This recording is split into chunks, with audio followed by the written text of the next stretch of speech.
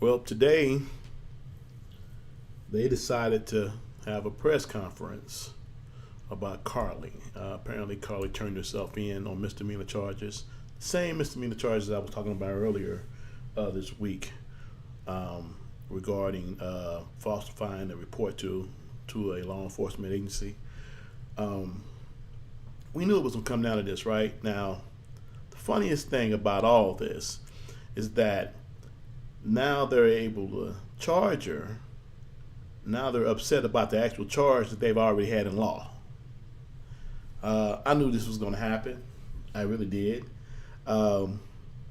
Because when I read the law itself, it read light, right? It read extremely light.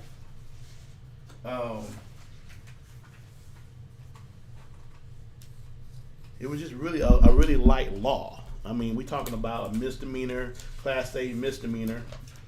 Punishable by 1 year in jail, $6,000, and up to $6,000 in restitution. And we knew, it was way more financial stuff going on with this case than $6,000. We're talking about thousands upon hundreds of thousands of dollars that were spent looking for Miss Carlee while she was chilling, eating Cheez-Its at somebody's crib and watching the whole thing on TV. So, it's hard to see how these law enforcement agencies are going to handle this. Reason why I say that, because again, I just knowing how that would feel if I was searching for her, I can only imagine. Because again, we're talking about major resources being spent looking for somebody that was eating Cheez-Its at somebody's house, watching the whole thing go down on TV. But better than me trying to explain what the press conference was, let's take a look at the press conference.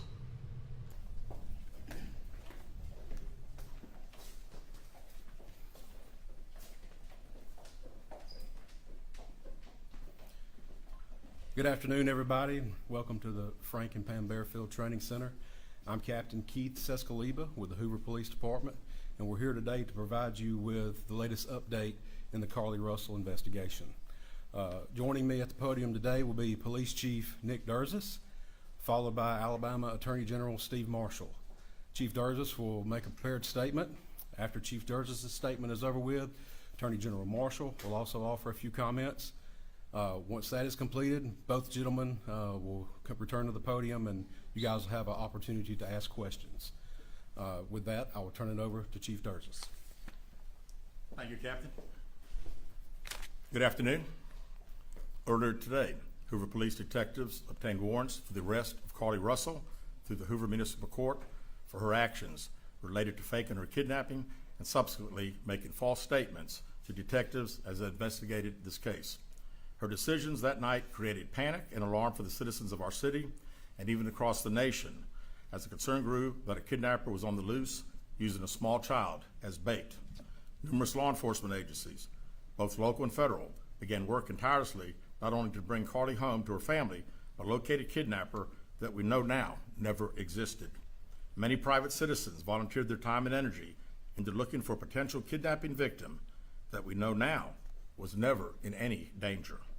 This story opened wounds for families whose loved ones really were victims of kidnappings, some of which even helped organize searches in hopes they could find Carlee alive so that her family would not experience the pain and suffering that they felt when their loved ones never returned home. As we know, actions can have consequences, and that's why we're here today.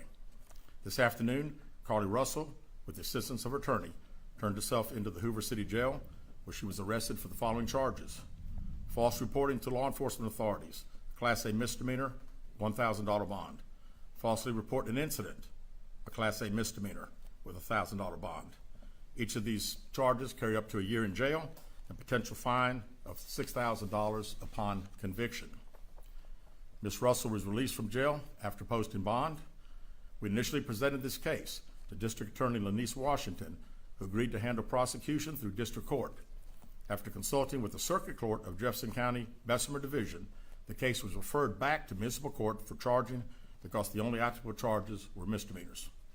Judging from the amount of phone calls and emails that we've received from people all over the country, I know many are shocked and appalled that Ms. Russell is only being charged with 2 misdemeanors, despite all the panic and disruption her actions caused. Let me assure you, I too share the same frustration, but existing laws only allow the charges that were filed to be filed. I can tell you that I will be contacting our state legislatures on behalf of law enforcement in Montgomery and asking them to look at this law applied to these facts and urge them to add an enhancement to current legislation when somebody falsely reports kidnapping or another violent crime. Because of the attention this case has garnered, we've requested Attorney General Steve Marshall's office adopt this case, and they've agreed to do so. The Hoover Police Department wants to thank everyone that assisted us from the beginning and continues to assist us in this case as we work its way through the criminal justice system. Joining me at the podium today is State of Alabama Attorney General Steve Marshall. Thank you, Chief. Let me begin by commending Hoover Police Department Chief Durgis for his leadership in this investigation. Obviously, this captured many's attention as a result of not only the allegations themselves, but also the concern about a possible victim and being able to return her home. The work that was done by the Hoover Police Department was monumental in its lift, and the results of that work you are seeing come to fruition today with the charges that have been levied. I also want to commend the many other men and women of both state and federal law enforcement for their work collaboratively with the Hoover Police Department in assisting in this investigation. Chief, appreciate the opportunity to be able to partner with you in this prosecution. We will dedicate a team to be able to help the city of Hoover in handling these 2 individual charges and look forward to bringing this case to fruition. One thing I would add is that we don't see this as a victimless crime. There are significant hours spent, resources expended as a result of this investigation, and not only that, but the many men and women who are civilians that wore those yellow vests on a hot afternoon and evening looking for someone they thought was abducted, trying to be of assistance. We intend to fully prosecute this case and look forward to working with the Hoover Police Department moving forward. We also would tell you that we will continue to monitor this investigation to determine whether or not there are any additional charges that need to be brought, and we'll evaluate those as the facts are presented. Thank you. All right, this time we'll open the floor to questions. If you'll please raise your hand and identify yourself and your affiliation when I call on you. Yeah, David Lamb, CBS 42. This question for Mr. Attorney General. What is it about this case that made it rise to the level to where it was a case that you wanted to take on and be involved in? We handle cases across the state. We have jurisdiction throughout for both misdemeanors and felonies, and when Chief Durgis asked for our assistance, we were more than happy to be able to assist. Is it common for you all to be involved in misdemeanors like a case like this? It's not uncommon. Right here. Keith Mims, WAGG 610, 100.1 FM, Summit Media. Chief, this question is for you. Yes. What time was Carlee arrested today with her attorney, and has she made bail? She has. She was processed in our facility within the past hour. Do you expect any charges to be forthcoming with her parents, or is this just all on Carlee at this point? At this point, and again, I think anything is, all as the Attorney General said, their team will also be searching through our files, and we'll find out what they say. Carol. Carol Robinson with AL.com. Have you, since we spoke last in the press conference, been able to retrace where she was during the 49 hours she was missing, and have you determined if she was with anyone else during that time? We have not found anything out on either one of your 2 questions. Right here. Valerie Bell, ABC 3340 News. Has there been any decision about a possible civil suit against Carlee and or her family? Also, what impact would this have on Hoover Police Department filing a suit have on the criminal case as well? Yeah, we have not discussed that. Of course, we talked about the hours of overtime and all the significant resources that we used, and we'll certainly be talking to the Attorney General's office about possibly getting some of those funds returned to us. Please. Lisa Grande, WBTM 13. In an earlier press conference, you outlined some items she had taken from her employer. Any potential theft charges for that? Those would have taken place in another jurisdiction, so we would not have charges ourselves. Ashley Robinson, WBRC. Chief, do you mind repeating those charges and fines one more time for us? Sure.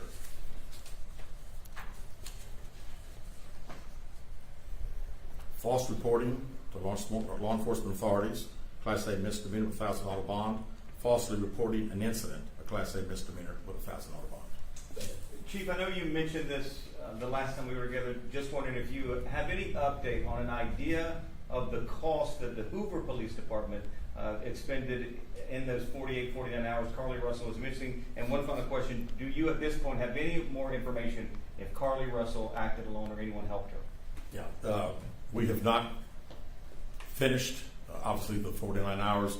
We've been certainly busy since her return, so I still don't have a total on that, and we don't have any idea where Carlee Russell was 49 hours. Right here. All right.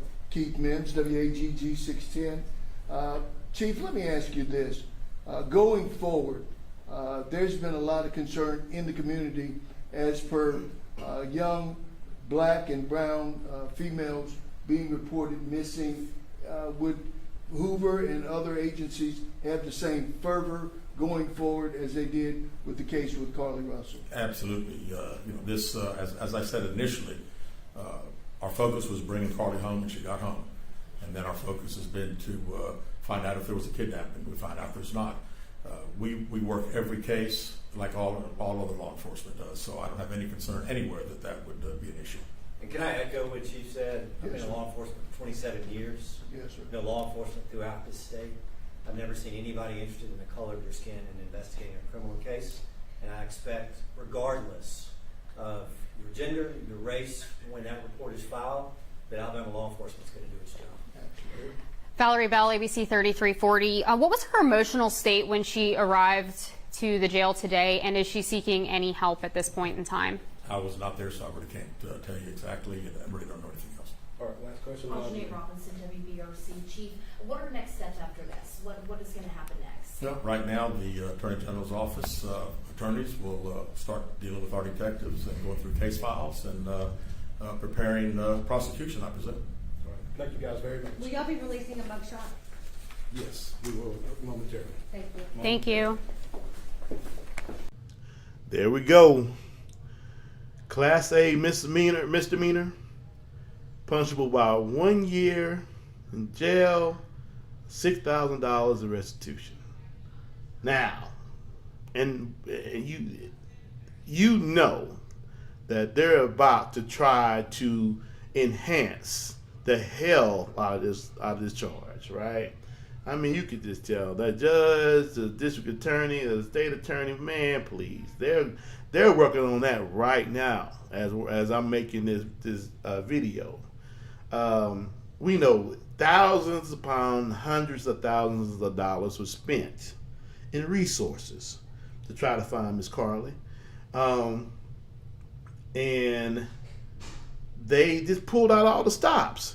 So I can honestly tell you that they're going to go hard on this one. They're going to dig deep into the law books and the University of Alabama's law program, and they're going to dig deep, and they're going to try to find some way to enhance this. Plus, I mean, we're talking about the stolen toilet paper. We're talking about whatever she did within that 48 hours. They're going to go and try to enhance this thing, and rightfully so, right? You know, the one thing that I'm torn a little bit about is that Miss Carlee is about to become the face of falsifying a report to a peace officer or the law enforcement agency.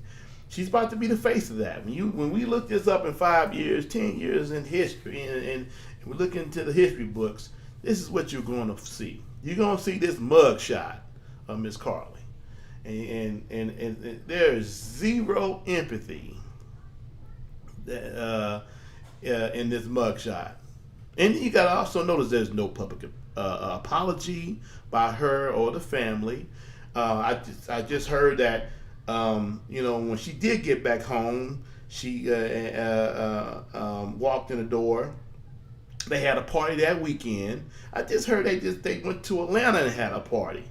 Man, I don't know what in the hell is going on with her and those parents, but whatever it is, they have lost their rabbit ass mind if they think that the state of Alabama is not going to try and throw the entire law book, revision statute, the books from Alabama's law program, whatever. They're going to come out the woodwork with something on this one. So this whole thing is going to be continued. We're going to see another press conference. I don't know how long it's going to take. The way they shoot these press conferences out, and the way this legal system is moving, the wheels of this legal system is moving, it ain't going to be long. But very unfortunate. And what's more unfortunate that she takes this mugshot after all this stuff that's going on and everybody around here sweating trying to find her. But one thing I do see with this mugshot, and I want everybody to understand this, and then this might be my opinion, but I'm pretty sure there's other people that will agree with me, is that don't be shocked if you see they try to state that she is mentally unable to stand trial, or you see her that they're trying to commit her. Try to state that she's mentally incompetent and to stand trial. They're going to use some trickery on this, I believe, because I'm looking at this mugshot, and what I'm seeing, and I'm seeing how they're moving. The lawyer, of course you're going to lawyer up. Please, you got to lawyer up immediately, right? But the way that they're moving, I wouldn't be shocked one bit if they try to state that this girl she's mentally challenged, and they go that route and try to get her some help. Notice I said help, some mental help for her inability to tell the truth or the insanity. They go to the insanity route. Don't be shocked, because I think that again, they're not dumb people. These folks, her mom, Carlee, daddy, they're pretty smart. They're pretty smart on how they move. One thing now I will say, by not doing a public apology, not very smart, right? They should try to gain some kind of public empathy or something going on. They try to do something, because it's going to come down the pipe. But all I'm going to say, to end this out, is that stay tuned. Stay tuned. There will be a part 2, 3, whatever to this case. Just be ready to be continued.